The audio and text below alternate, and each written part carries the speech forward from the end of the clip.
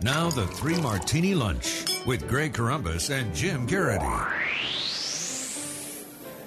And welcome, everyone, to the Wednesday edition of the Three Martini Lunch. I'm Greg Corombos of Radio America, along with Jim Garrity of National Review. He's also the author of The Weed Agency, which officially was released yesterday. I finished the book last night. It's a fantastic read, so please be sure to pre-order. I guess now you just order a copy of The Weed Agency. You can also pick it up now in your traditional bookstores. Jim, regular 3 martinis today, good, bad, and crazy. The good, certainly from the perspective of conservatives, not so much from the president, is a new CNN poll where the president is deeply underwater on pretty much every major issue. On the economy, 61% disapprove, only 38% approve. Healthcare, 63% disapprove, 36 approve. Foreign affairs, 57% disapprove, 40 approve. Helping the middle class, 58 disapprove, 40 approve. On the VA, it's 58% disapprove, 37 approve. And on Ukraine, 53% disapprove, 38 approve. Jim, those aren't just bad numbers. Those are horrible numbers, which show us that the public just doesn't trust this administration anymore, except for the 36 to 37% that will apparently back him up no matter what he does. Yeah, this certainly seems to be his floor. The good news is this is all before the Bergdahl deal, so I'm sure that'll help, right, Greg? What kind of jumps out about this morning, Ben Domenech, who's I like to call the guy who writes that other newsletter, and it's a pretty good one. It's easily the second best one out there, wrote a piece called The Failed Presidency. And it's increasingly becoming clear that unless you're, a Yes We Can Obama, fan who thinks he's doing a good job on the economy and healthcare, foreign affairs, the VA and Ukraine, that people are really going to ask, what are the success stories? The stimulus, the economy shrunk last cycle. The workforce keeps shrinking. Obviously, Obamacare is a mess, even though we keep being told Democrats are going to run on it. A couple of things jump out. The first, this poll, what it reflects is that Obama, the entire competence narrative is gone. He's just not that good at this job. And what it really stems from is the government operates kind of on its own, and problems occur. He's oblivious to them. When, we've seen this pattern in which he says, I learned about it from the media. So, when he tells Americans, hey, go use healthcare.gov to buy health insurance, and, it doesn't work. And he goes out for several days telling people to use something that doesn't work. And then he says, I had no idea. I'm only the president. How was I supposed to know this thing doesn't work? And then you see the VA scandal in which, Americans, there was a recent poll that said, do you think this is a serious issue? And 98% of respondents said it was a serious issue. You almost never see that in polling, although you do kind of wonder about the 2%. Who are thinking VA is that vegetable drink, and they don't understand what all the controversy is about or something like that. Basically, everybody agrees this, and Obama's played the same playbook. I had no idea there were problems over there. I always said veterans are a priority, but I've been totally out of the loop on this thing, and we'll fix it, we promise. And now this case with the Bergdahl one, in which basically it sounds like almost everybody in the Army knew all of the nitty-gritty Bergdahl details. Does this? Can we all be glad that he's back in U.S. hands so he can be held accountable for anything he may or may not have done? Sure. But 5 terrorists is a very high price to pay, and the thought that we've already had, 6, some are saying 8, some are saying 14 guys die while looking for this guy. And then to hold this ludicrous White House ceremony saluting him as a hero and send Susan Rice out to the Sunday shows again, this is a comically incompetent administration. Chuck Hagel came out and said the reason we had to do this was because of Bergdahl's failing health. And then this morning, the Taliban shows out this video in which he looks okay as he gets onto the helicopter. So, the administration just lies constantly and has really reached the point where the Ron Fourniers of the world can't ignore it anymore. I think we're really seeing the wheels come off the bus and this administration unraveling. And as we see kind of in this poll number, they are now down to their core supporters because anybody else who just can look at this and isn't completely emotionally invested in the notion that Obama is a successful president looks around at these things and says, wow, these are serious failures of governing, never mind the communications and campaigning and spin aspects of this. Well, you mentioned the latest in the Bergdahl scenario, and as you mentioned, there are some reports that it's as high as 14 Americans who were killed in the efforts to locate him after he deserted his unit. That's the other thing that's happened. I've almost lost count now, Jim, of the number of his former platoon mates who have come on, and they are all telling the exact same story very definitively that he was a deserter, and it appears that was the Pentagon's conclusion years ago. So whether there'll be congressional hearings on this, who knows? You've got Dianne Feinstein saying the president broke the law, not telling them about the Taliban figures to be released. A bunch of different Democrats are distancing themselves from the president on this. So what's the White House reaction? Well, Here's Chuck Todd talking with Matt Lauer. Chuck Todd's over in Europe with the president. They expected there to be controversy involving the decision to release 5 members of the Taliban from Gitmo, and the fact that this would then escalate that debate, which of course has been simmering for a good 5 years, which is what to do with those detainees. How do you release them? Where do you release them? They did not expect this backlash on Bergdahl himself. I've had a few aides describe it to me as we didn't know that they were going to swift boat Bergdahl. And Matt, of course, that's a reference to that political fight back in 2004 over John Kerry's military service. Right.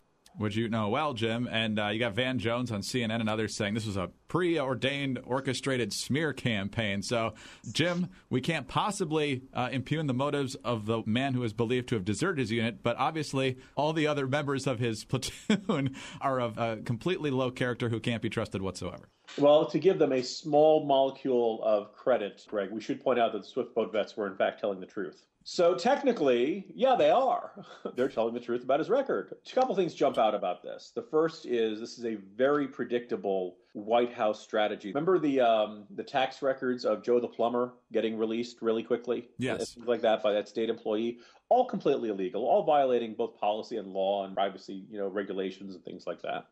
These guys are going to get audited. I mean, and the spin of the Democratic folks this morning is, well, we don't want to have a rush to judgment. This guy is getting tried in the public eye. Whatever happened to innocent until proven guilty. That can be a valid point, but there's two things to keep in mind. One is that we know some elements of this story are true because we know he disappeared. And we know that unlike what Susan Rice said, he wasn't taken from the battlefield. It wasn't that, he was in a fight and he got separated from the rest of his guys and the Taliban nabbed him. It's very clear he left his post.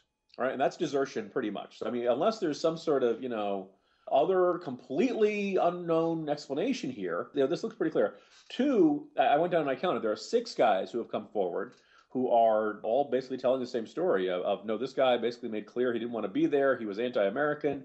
We have the emails back to the parent as supporting evidence. There's a good portion of circumstantial evidence pointing to a narrative of Bergdahl leaving his post, vehemently turning against the mission in Afghanistan, seeking out the Taliban, and if the Taliban is correct, they're claiming that he helped them with, bomb assembling and ambushing the Americans and things like that.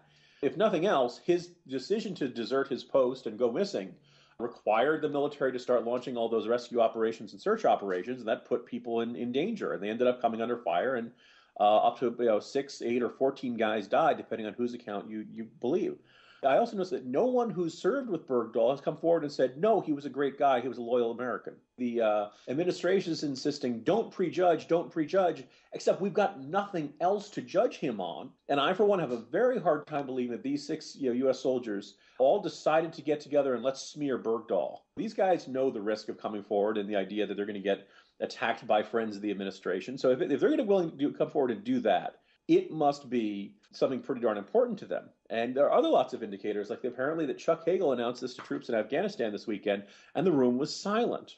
Meaning that if you talk to look at the military Facebook boards and chat boards and stuff like that, in the military, it sounds like almost everybody knew that this guy was by no means an American hero, by no means serving with honor and distinction, as Susan Rice claimed. And in fact, somebody they saw as a deserter, as one guy put it, as a deserter at best and a traitor at worst. And so great, we may have traded 5 senior Taliban commanders in exchange for a traitor. On to the crazy Martini now, Jim, and it's still important, but lighter fare than that, certainly. It was a major primary day in several states around the country, a lot of primaries for U.S. Senate nominations that folks on the right were watching. Surprisingly easy victory for Joni Ernst in Iowa, so if you've ever castrated hogs, make sure you put that on your resume when you run for office, because that definitely put her on the radar screen for a lot of people. Impressive performance by Steve Daines out in Montana, got 84% of the vote in a 3-way race for the nomination. Most eyes, however, were on Mississippi, a 3-way race for the Republican nomination involving longtime Senator Thad Cochran, Tea Party favorite Chris McDaniel, and a very minimal third candidate for the Republican nomination who turned out to be a crucial candidate for the Republican nomination. He only got 1.6% of the vote, yet that's enough to prevent either Cochran or McDaniel. They're still counting votes down there, and it's super close, less than 1,000 votes at last check. Neither one of them is going to get to 50%, which means we've got to have this bloody runoff again in 3 weeks in Mississippi, and this has already been an exceedingly ugly race. So more resources, more bad blood going to be festering there for at least 3 more weeks in Mississippi. Hope you like attack ads, Mississippi, because you're going to get 3 more weeks of... You know what? Just DVR everything. Mississippi television viewers and just skip through the commercial breaks because, man, that's going to be unpleasant for the next 3 weeks. Other Republicans and conservatives will think differently, but I see this as, at the very least, two very flawed choices down in Mississippi. Thad Cochran is a elderly gentleman. He's fairly conservative, but he governs like an appropriator. He's always been fine with spending when it's coming back to his district. I think perhaps most disturbing is, he's, like I said, he's getting up in years. Molly Ball, I think it was The Atlantic, basically said that she met him early during one of the, a day last week, and then later in the day had to be reintroduced to him, suggesting that the senator's memory is not what it once was. And you got to wonder, is this somebody who, really is up to the task of being a senator for another 6 years? The flip side of that is that Chris McDaniel has certainly he's got nut job supporters who like to break into Mrs. Cochran's nursing home. Some controversial comments in his past by McDaniel that are probably going to get thrown his way. It's one thing for some, snotty blogger like myself to talk about Cochran's age. McDaniel has made some of his comments in that age that some people kind of see as just not being respectful and below the belt. So there you go, Mississippi. There's your choice. McDaniel, by finishing ahead in the primary, is probably the favorite for the runoff. If you're an incumbent and you've come in second in a runoff, you very rarely see a surge of support and excitement. If you're a McDaniel supporter, you're feeling really good. You got to be, you already technically beat him once. Now you just got to beat him again. Democrats think they're going to make a race of this if McDaniel is the nominee with Travis Childers. It's conceivable.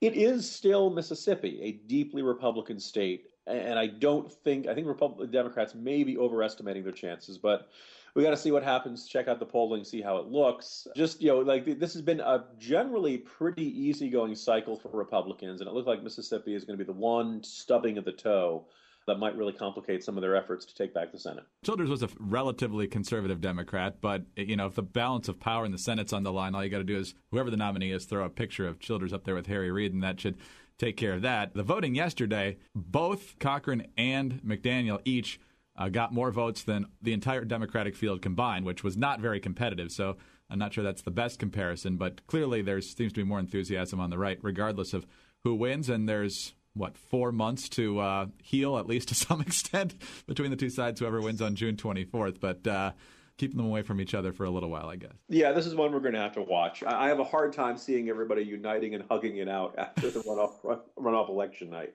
All right, Jim, have a great day. We'll talk to you tomorrow. See you tomorrow, Greg. Jim Garrity of National Review. I'm Greg Columbus of Radio America. Thanks for being with us today. Don't forget to order the Weed Agency. We'll be back tomorrow for the Thursday edition of the 3 Martini Lunch.